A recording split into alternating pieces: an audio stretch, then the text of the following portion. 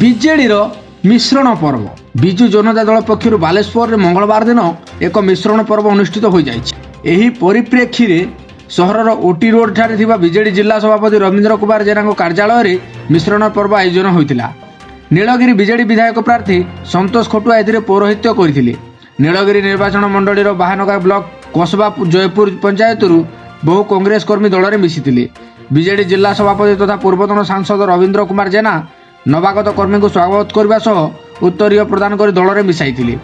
ବିଜେଡିରେ ମିଶିବା ପରେ କର୍ମୀମାନଙ୍କ ମଧ୍ୟରେ ପ୍ରବଳ ଉତ୍ସାହ ଦେଖିବାକୁ ମିଳିଥିଲା।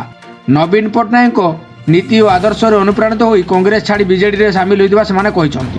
ଏହି ମିଶ୍ରଣ ଫଳରେ ଦଳର ସ୍ଥିତି ପୂର୍ବ ଅପେକ୍ଷା ଅଧିକ ମଜବୁତ ହେବ ଏବଂ ଆଗାମୀ ତ୍ରିସ୍ତରୀୟ ପଞ୍ଚାୟତ ନିର୍ବାଚନରେ ନୀଳଗିରି ନିର୍ବାଚନ ମଣ୍ଡଳୀକୁ ବହୁ ମାତ୍ରାରେ ସଫଳତା ମିଳିବ ବୋଲି ବିଜେଡି ଜିଲ୍ଲା ସଭାପତି ରବୀନ୍ଦ୍ର କୁମାର ଜେନା ଆଶା ବ୍ୟକ୍ତ କରିଛନ୍ତି। ବିଜେଡିର ବହୁ ଦଳୀୟ ନେତା ଏବଂ କର୍ମୀ ଏହି ପର୍ବରେ ଉପସ୍ଥିତ ଥିଲେ।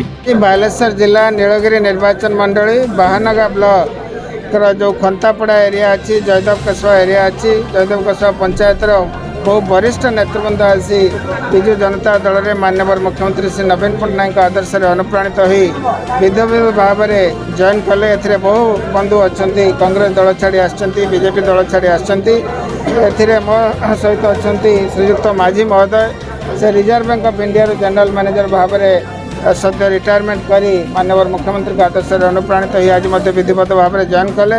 ନିଶ୍ଚିତ ଭାବରେ ସେମାନଙ୍କର ଜଏନ୍ କରିବା ପରେ ବିଜୁ ଜନତା ଦଳ ବାଲେଶ୍ୱର ଜିଲ୍ଲାରେ ଏବଂ ବିଶେଷ କରି ନୀଳଗିରି ନିର୍ବାଚନ ମଣ୍ଡଳୀ ବାହାନଗା ବ୍ଲକରେ ସୁଦୃଢ଼ ହେବ ଏବଂ ଆମେ ସମସ୍ତଙ୍କୁ ସ୍ୱାଗତ କରୁଛୁ ଯେ ମାନ୍ୟବର ମୁଖ୍ୟମନ୍ତ୍ରୀଙ୍କର ଯେଉଁ ନାରା ରହିଛି ବିକାଶକୁ ଘରେ ଘରେ ପଠାଇବା, ଦଳକୁ ସୁଦୃଢ଼ କରିବା, ଏହି ଆଦର୍ଶରେ ଅନୁପ୍ରାଣିତ ହୋଇ ସେମାନେ ଆଜି ଆସିଛନ୍ତି। ଆମେ ବିଧିବଦ୍ଧ ଭାବରେ କାମ କରିବୁ ଏବଂ ବାଲେଶ୍ୱର ଜିଲ୍ଲାରେ ଆଗାମୀ ପଞ୍ଚାୟତ ନିର୍ବାଚନରେ ଏହା ବହୁମାତ୍ରାରେ ଆମମାନଙ୍କୁ ସାହାଯ୍ୟ କରିବ। ନୀଳଗିରିରୁ ମିତାଞ୍ଜଳି ବେହେରାଙ୍କ ରିପୋର୍ଟ, ଓଡ଼ିଶା ଲାଇଭ୍ ଟିଭି।